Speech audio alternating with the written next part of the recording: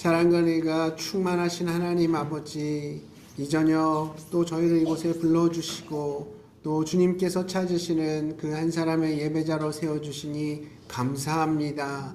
찬양을 통해 우리의 심령을 열어주시고 또 주님께서 하실 말씀을 기대하는 마음으로 우리의 심령을 가득 채워주시니 이 복된 예배 가운데에 우리 주님 홀로 영광 받아주시기를 소망합니다.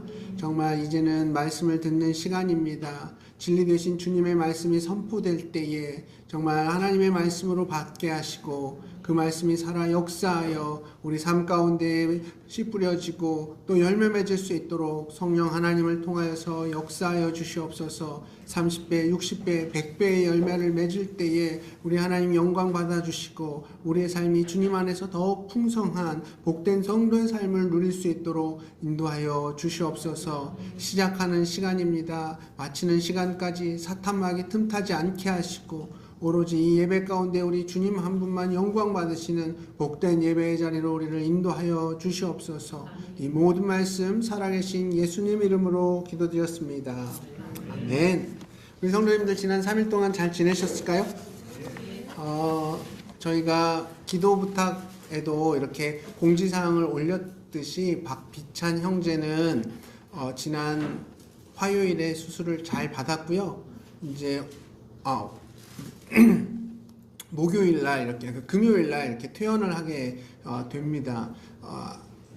아이 이렇게 하원 시간에 맞춰서 이렇게 데리러 가다가 넘어진 거예요. 아파트 단지 내에서. 그래서 처음에는 대전병원에서 심각하게 생각하지 않고 간단한 수술이니까 대전에서 해도 된다고. 그래서 뭐 이렇게 하려고 이렇게 진행을 하고 있었던 찰나에 우연한 기회에 비타 형제 사돈 어른이랑 통화가 돼서 이 일이 알려졌고 사돈의 사위가 삼성병원의 의사래요. 그래서 자리에 오면 수술해주겠다고 그래가지고 서울 삼성병원으로 이렇게 전원이 됐는데 열어봤더니 한 군데만 찢어진 게 아니라 네 군데를 이렇게 봉합해야 되는 대수술이었다고 합니다. 어쨌든 하나님께서 보호해 주셔서 좋은 의사를 만나게 되고 또 수술도 잘 되어서 지금 회복 중에 있습니다.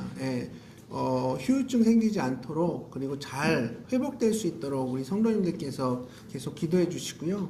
또 이따가도 또 함께 기도하겠지만 우리 윤정미 자매님 남편 되시는 오서구님이 이틀 전에 응급실 중환자실에 입원하셨습니다. 폐에 물이 차는 바람에 굉장히 위기의 순간들도 있었지만 지금은 집중 치료실에서 이렇게 치료받고 있으십니다.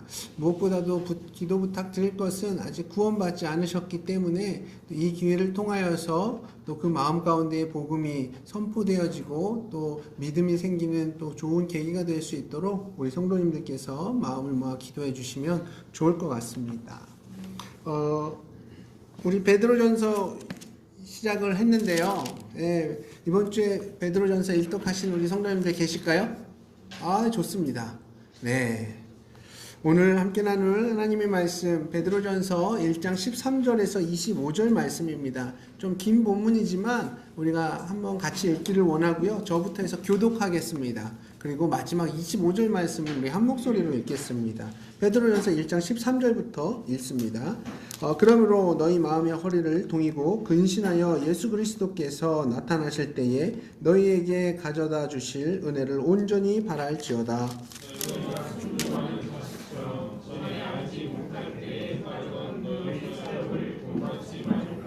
오직 너희를 부르신 거룩한 이처럼 너희도 모든 행실에 거룩한 자가 되라.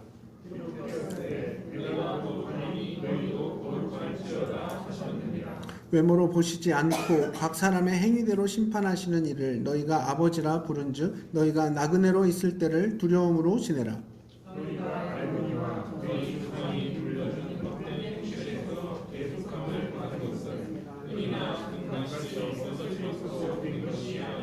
오직 흠없고 점없는 어린 양 같은 그리스도의 보배로운 피로 된 것이니라.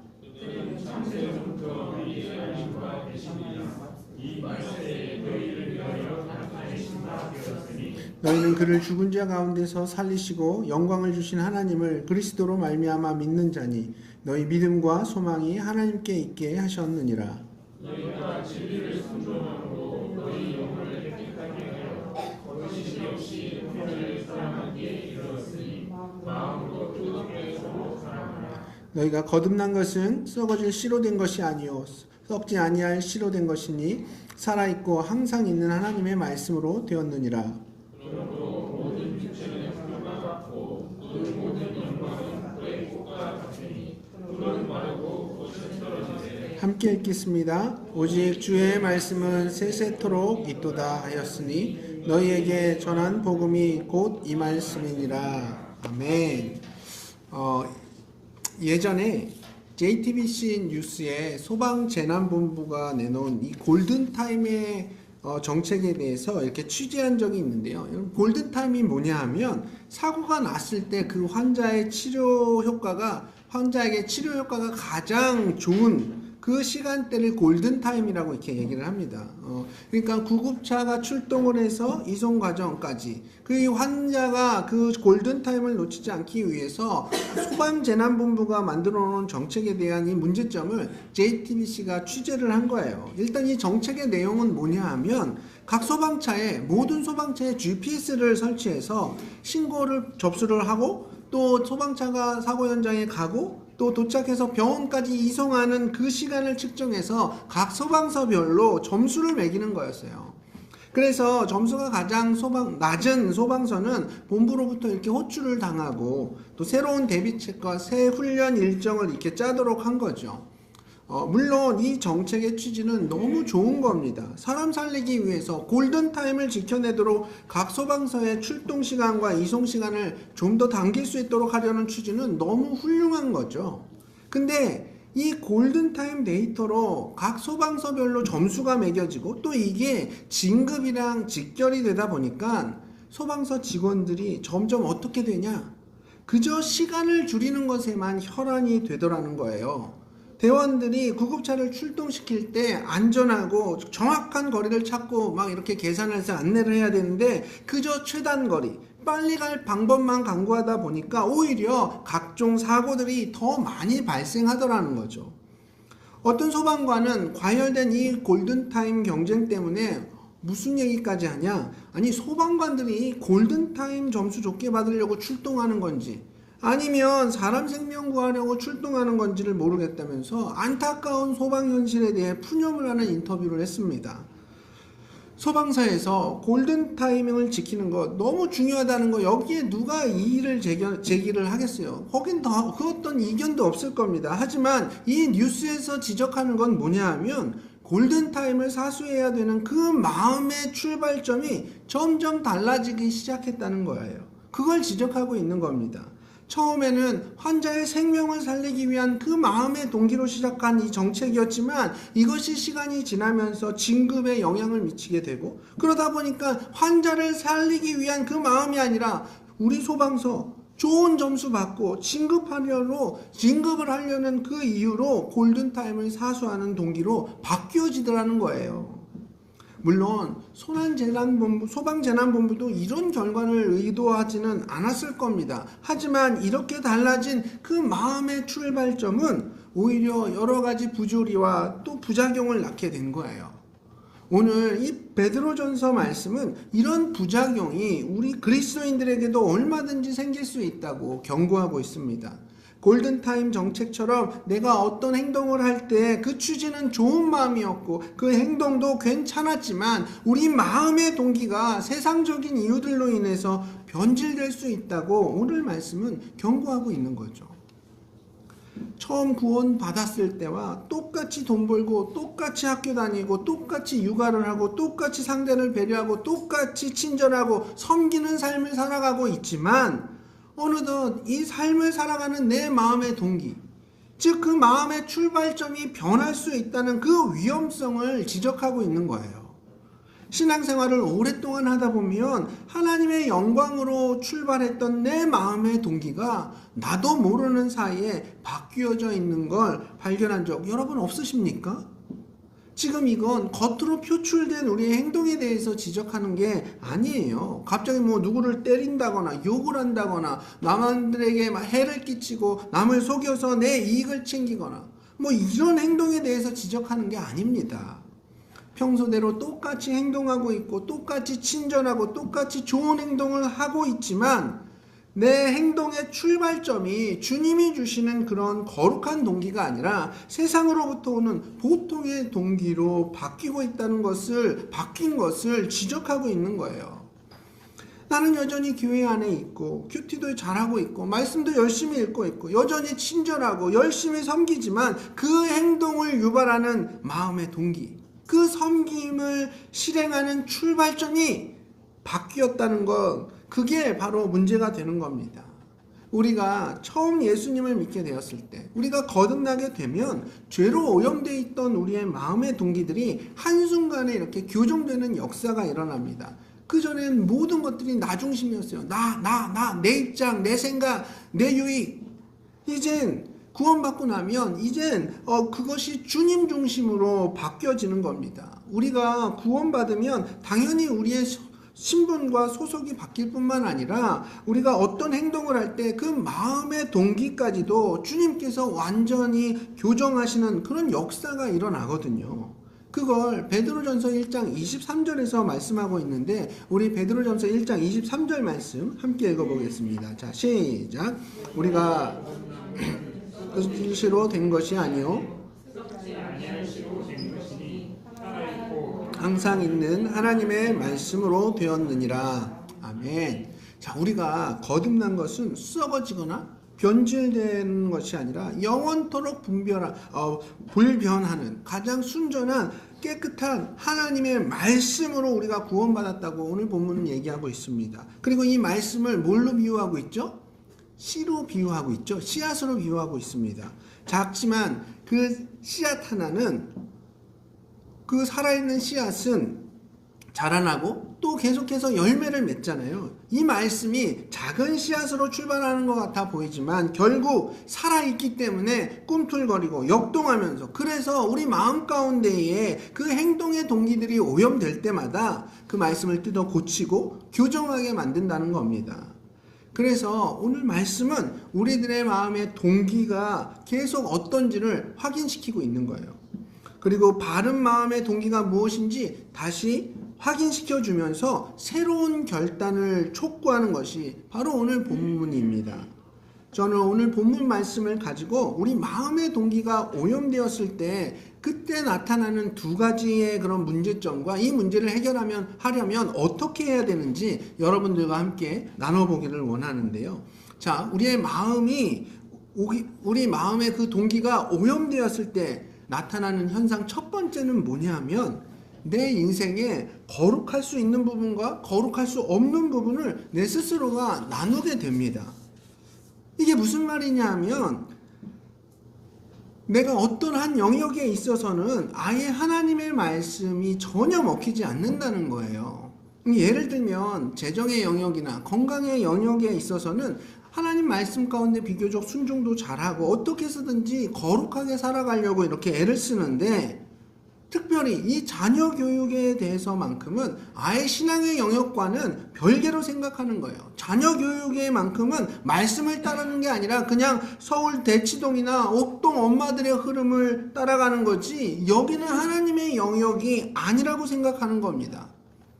이런 모습처럼 내 마음의 동기가 오염이 되면 내 삶 속에서 내가 거룩할 수 있는 부분, 내가 도저히 거룩할 수 없는 부분, 그리고 거룩하고 싶지 않은 부분, 이거를 스스로가 정하려는 그런 유혹들이 자꾸 우리 마음 가운데 생기기 시작하는 거예요. 하지만 이런 모습에 대해서 하나님께서는 분명히 말씀하십니다. 오늘 보면 14절에서 15절 말씀 함께 읽어보실까요? 자, 시작. 너희가 순종하는 자식처럼 전에 알지 못할 때에 따르던 너희 사역을 본받지 말고 오직 너희를 부르신 거룩한 이처럼 너희도 모든 행실에 거룩한 자가 되라. 아멘. 주님께서는 우리를 향해서 그저 일부 행실에 대해서 거룩한 자가 되라 이렇게 말씀하시지 않았어요. 모든 행실에 거룩한 자가 되라고 지금 말씀하고 계십니다. 이건 우리 모든 삶의 영역에서 주님께서 우리를 구원하셨지만 내가 거룩하게 살 수 있는 영역, 혹은 그렇게 할 수 없는 영역을 내 스스로 나누지 말라는 거예요. 구별하지 말라는 겁니다. 왜냐하면 그 거룩함을 위한 교정은요, 내 능력으로 하는 게 아니라 온전히 성령님께서 일하시는 그 영역이기 때문에 네 스스로 그 영역들을 재단하지 말라는 겁니다. 우리가 이렇게 믿음이 때로는 이렇게 떨어져 있을 때, 그때를 보면 우리의 삶의 모든 영역이 한꺼번에 다 무너지지 않거든요. 아주 작은 틈에서부터 슬슬 삶의 자리들이 무너지기 시작합니다. 사실 내 삶의 어떤 영역에서는 여전히 믿음 가운데 잘 살고 있는데, 또 어떤 영역에서는 욕심에 끌려다니기 시작하는 거죠. 이때 베드로 사도는 우리 심령을 향해서 외치는 겁니다. 당신 스스로가 당신이 거룩할 수 있는 부분, 거룩할 수 없는 부분을 정해놓으면 안 되는 거라고. 당신이 성도라면, 예수 믿는 성도라면 어떤 영역에서든지 욕심에 끌려다니는 그런 모습이 아니라 늘 거룩함으로 나가야 된다고 이것을 강조하고 있는 겁니다.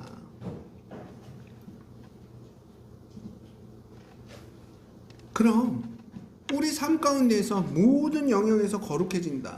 내 삶의 모든 영역에서 거룩해진다는 것은 어떤 의미일까요? 그냥 내 삶이 정말 하나님 앞에서 점 하나의 오점도 없이 완벽한 삶의 모습이 거룩한, 모든 부분에서 거룩한 겁니까? 그렇지 않습니다. 우리는 죽었다 깨어나도 주님 앞에서 완벽한 삶을 살아갈 수가 없는 존재들이에요. 그럴 수 있는 힘과 능력이 우리에겐 없습니다.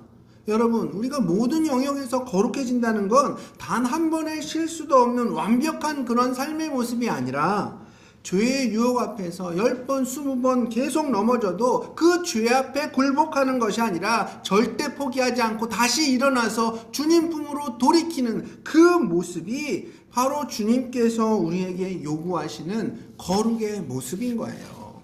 완벽한 삶의 모습이 거룩이 아니라 우리가 넘어지고 쓰러져도 다시 일어나서 주님께로 돌이키는 그 모습이 바로 거룩이라고 우리 주님께서는 말씀하고 계십니다. 관계 속에서 도저히 용서할 수 없는 사람이 있고, 도저히 참을 수 없는 사건이 내 안에 일어나고, 그래서 이 영역에서만큼은 절대로 십자가도 들어올 수 없다고, 이 영역에서만큼은 내가 너무 아프고 쓰라리기 때문에 도저히 주님께라도 내가 열어드릴 수 없다고 그렇게 여기는 그 순간, 주님께서는 이미 우리의 그런 아픔과 연약함을 다 알고 계십니다. 이미 알고 계세요. 그리고 우리의 그 연약함을 잘 아시기 때문에 우리에게 굉장히 섬세하고 또 다정하고 또 조심스럽게 그리고 정확하게 그 우리의 심령을, 상한 심령을 다루어 가십니다.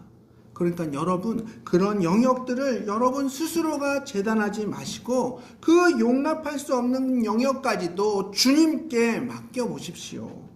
주님께서 우리를 더 잘하시고 결국에는 우리를 그 거룩한 길로 인도해 주실 것입니다.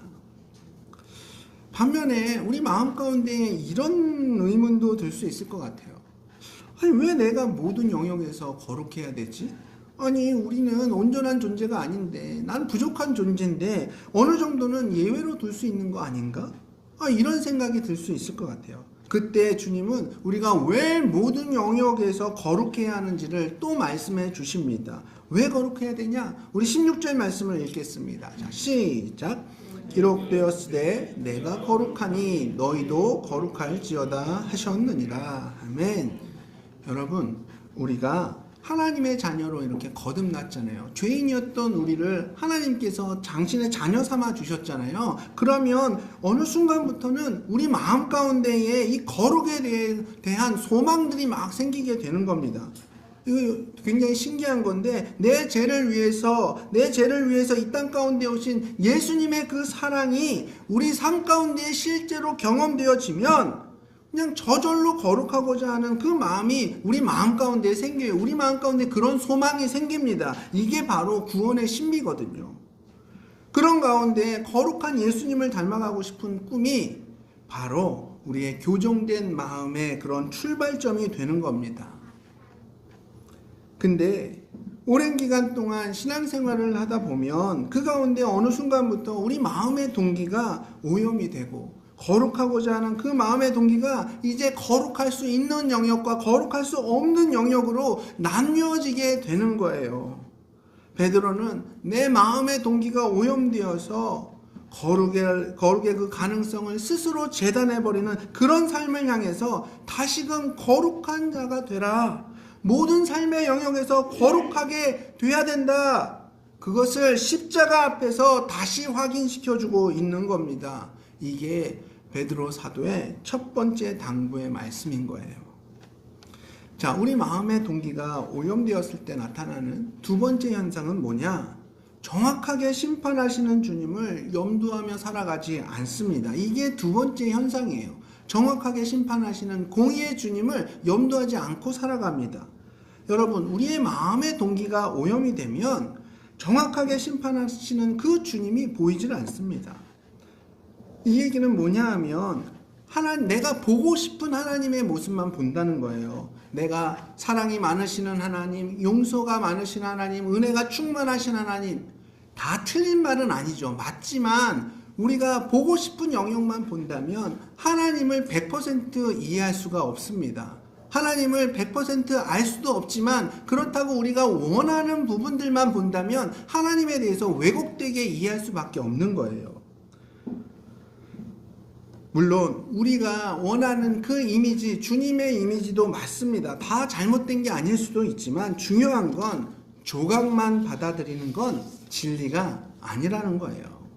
여러분, 이단의 뜻이 뭐죠? 달을 이자에 끝단자를 씁니다. 처음부터 끝까지 다 다른 게 아니라 끝만 조금 다른 거예요. 처음부터 다르면 누구도 이단에 빠지지 않을 겁니다. 처음부터 90%까지는 기존 교리와 똑같아요. 성경을 정확하게 풀어줍니다. 근데 마지막 그 예수 그리스도 부분에서 더도 말고 덜도 말고 딱 10% 아니 5% 정도만 바꾸는 거예요. 이게 이단입니다. 그래서 이단의 가르침은 100% 잘못된 게 없어요. 그러니까 100%가 다 틀렸다고 할 수가 없다라는 겁니다. 기존 교리의 90에서 95%는 맞춰지고 나머지 5%에서 10%가 예수님이 아니라 누구를 향해 있는 거예요? 교주를 향해 있는 거예요. 교주를 향해 있는 겁니다. 그렇게 진리와 비진리가 혼돈되어지니까 사람들이 교주를 따르기 시작하는 겁니다. 우리 주님을 알파와 오메가로 이렇게 고백을 하잖아요. 주님에 대해서 다루고 있는 그 말씀을 처음부터 끝까지 다 받아들이지 않는다면 아마 우리는 죽을 때까지 온전한 성숙의 자리로 더 예수님을 닮은 그 자리로 나아갈 수가 없을 겁니다. 물론 주님이 우리를 사랑하시기 때문에 우리를 늘 선한 길로 인도하시는 건 당연하지만 우리 역시 주님에 대해서 오해하지 않기 위해서는 주님의 그 모든 이미지들을, 그 모든 속성들을 다 받아들여야지만 우리가 온전한 예수 닮음의 자리로 나아갈 수 있는 겁니다. 자, 오늘 본문 17절 말씀을 함께 읽겠습니다. 17절 말씀. 자, 시작. 외모로 보시지 않고 각 사람의 행위대로 심판하시는 이를 너희가 아버지라 부른즉 너희가 나그네로 있을 때를 두려움으로 지내라. 아멘. 지금 베드로 사도는 예수님을 사랑의 주님, 은혜의 주님, 늘 좋은 것 주시는 주님, 평강의 주님 이렇게 정의할 수도 있었는데 그 주님도 다 맞지만 오늘 본문에서는 외모로 보지 않고 각 사람의 행위대로 정확하게 심판하시는 분으로 우리 주님을 바라보면서 공의로우신 분으로 이렇게 얘기하고 있습니다. 이게 뭐예요? 이렇게 말하는 이유는 그 당시 사람들이 주님을 바라보면서 공의로운 분으로 인식하지 않았다는 거예요. 주님을 바라보면서 이 공의로운 하나님에 대해서는 터부시했다는 겁니다. 사실 그 당시 성도들의 삶을 유추해보면 그리스도인으로 살아가는 게 사실 버거웠을 거예요.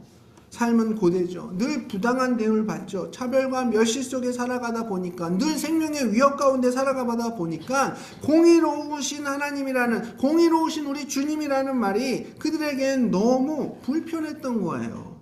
아니, 공의로우신 주님이라면 지금 성도들이 처한 상황들이 이러면 안 되는 거 아닌가? 이런 의문들이 그들 마음 가운데 계속 스멀스멀 올라왔던 거죠. 반대로 이런 모습도 있었을 거예요. 뭐 결국엔 또 나만 당하고 끝나게 될 텐데, 그래서 오히려 더 무기력해지기도 했을 겁니다. 울분에 쌓여 악에 바치거나 아니면 아예 무기력해지거나, 이때 우리 마음의 동기, 출발점에 뭔가 문제가 생기기 시작한다는 거예요. 이것이 마음의 동기가 오염되었을 때 나오는 두 번째 모습인 겁니다. 그런 날들을 살아가는 성도들에게 베드로 사도가 말씀하시는 거예요. 우리가 믿는 하나님은 모든 것을 정확하게 심판하시는 분입니다. 이거 잊지 말라는 겁니다. 세상은 비정상적으로 굽어져 있고 또 불의해 보이지만 우리 주님은 그런 분이 아니시다. 오히려 정확하신 분이라는 겁니다. 외모로 보시지 않고 각 사람의 행위대로 심판하신다는 이 말의 뜻이 바로 공의로운 주님, 정확한 주님, 이런 의미 아니겠습니까? 예전에 김희아 자매라는 분이 꽤 매스컴 가운데 이렇게 이슈가 된 적이 있었는데요. 이분은 태어나면서부터 큰 붉은 반점이 얼굴을 뒤덮고 있었어요. 이게 화염 상모반이라는 이런 장애인데 25살 때는 아예 한쪽 얼굴이 완전히 내려앉아서 평생을 한쪽 얼굴이 찌그러져 있는 그런 상태로 살아가야 하는 그런 여인이었습니다. 근데 그런 자신의 모습을 있는 그대로 사랑해주는 좋은 남편을 만났고 둘 사이에는 예쁜 두 딸이 있었는데 정말 큰 사랑으로 이 딸을 잘 키웠어요. 그런 큰 딸이 어느덧 이제 초등학교 졸업을 하게 된 겁니다.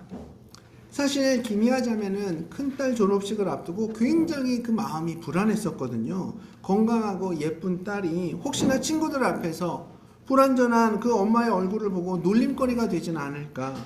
혹시 딸이 장애를 가진 엄마의 모습을 부끄러워하면 어떡하나.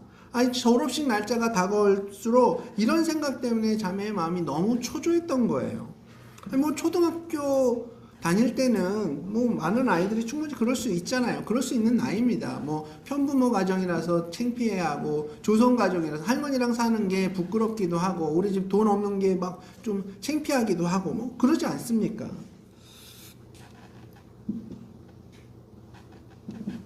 그래도 이 김희아 자매는 그 엄마 마음에 이렇게 졸업식을 안 가볼 수는 없고 나름 마스크를 딱 쓰고 큰딸의 졸업식에 조심스럽게 갔습니다.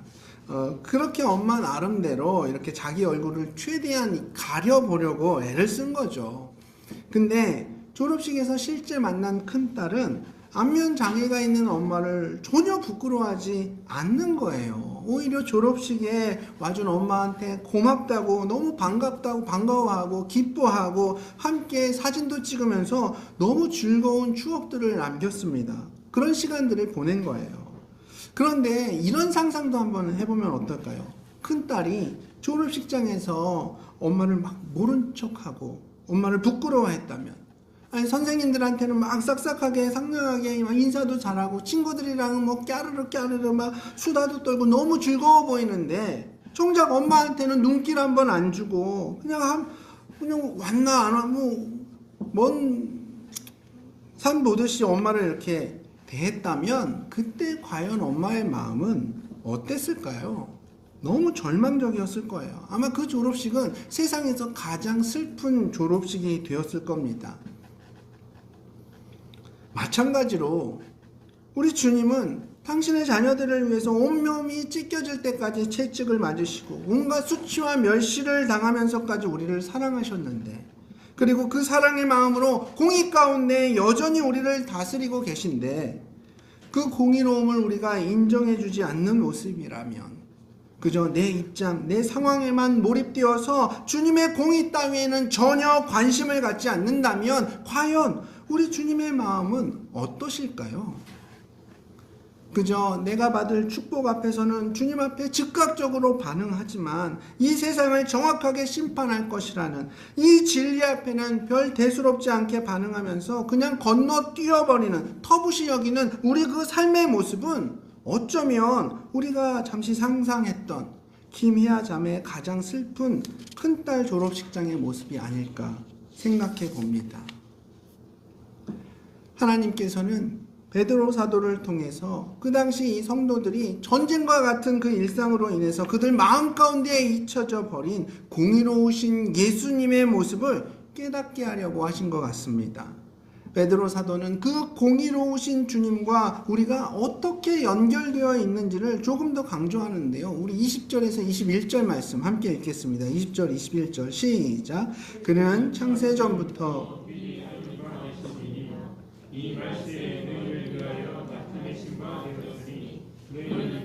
죽은 자 가운데서 살리시고 영광을 주신 하나님을 그리스도로 말미암아 믿는 자니 너희 믿음과 소망이 하나님께 있게 하셨느니라. 아멘. 여러분 여기 보십시오. 창세전이라는 게 뭐죠? 시작을 의미하는 겁니다. 그럼 말세는 뭐겠습니까? 마지막이에요. 그러니까 시작부터 끝까지 하나님의 미리하심 속에서 우리의 믿음과 소망이 주도 면밀하게 펼쳐지고 있다는 걸 지금 말씀하고 있는 겁니다. 저는 이런 구절이 너무 좋아요. 막 순간적이거나 일시적인 것이 아니라 처음부터 끝까지 우리 주님께서 한결같이 나와 함께 하신다는 그 말씀이 제 마음 가운데는 굉장히 감동으로 다가옵니다. 주님의 이런 사랑 앞에 여러분 감동되지 않으십니까? 우리 성도님들도 저와 동일한 마음이라고 생각이 돼요. 우리 주님은 피 터지는 현실 가운데 정신없이 살아가다가 그만 놓쳐버리고 잊어버린 하나님의 공의에 대해서 성도들에게 다시 일깨워 주시면서 이 두 번째 치료를 위해서 우리에게 이렇게 말씀해 주고 계십니다. 우리 마음의 동기가 예수 그리스도의 사랑으로 다시 치유되고 회복되면 그 오염되었던 우리의 마음의 동기가 다시 예수님을 향하게 된다고 말씀하고 있는 겁니다. 그리고 예수님의 그 사랑이 우리 마음 가운데에 회복되면 그때 우리는 비로소 누군가를 진심으로 사랑할 수 있게 됩니다. 그래서 22절에서 예수님께서는 이렇게 말씀하시는 거예요. 우리 함께 읽겠습니다. 시작. 너희가 진리를 순종함으로 너희 영혼을 깨끗하게 하여 거짓이 없이 형제를 사랑하기에 이르렀으니 마음으로 뜨겁게 서로 사랑하라. 아멘. 네, 여러분, 서로 사랑하라는 이 마지막 명령, 뜨겁게 서로 사랑하라는 이 명령 전에 무슨 말이 있습니까? 형제 사랑하기에 이르렀다 라고 하고 있죠. 이게 무슨 말이냐면 우리가 우리 힘으로는 서로 사랑할 수 없는 사람들이라는 겁니다. 우리가 서로 사랑하면 오히려 버겁고 그게 막 너무 힘든 그런 존재인데 예수님의 그 피 끓는 사랑이 우리에게 부어졌기 때문에 그제서야 비로소 우리가 서로 사랑할 수 있게 되었다는 거예요.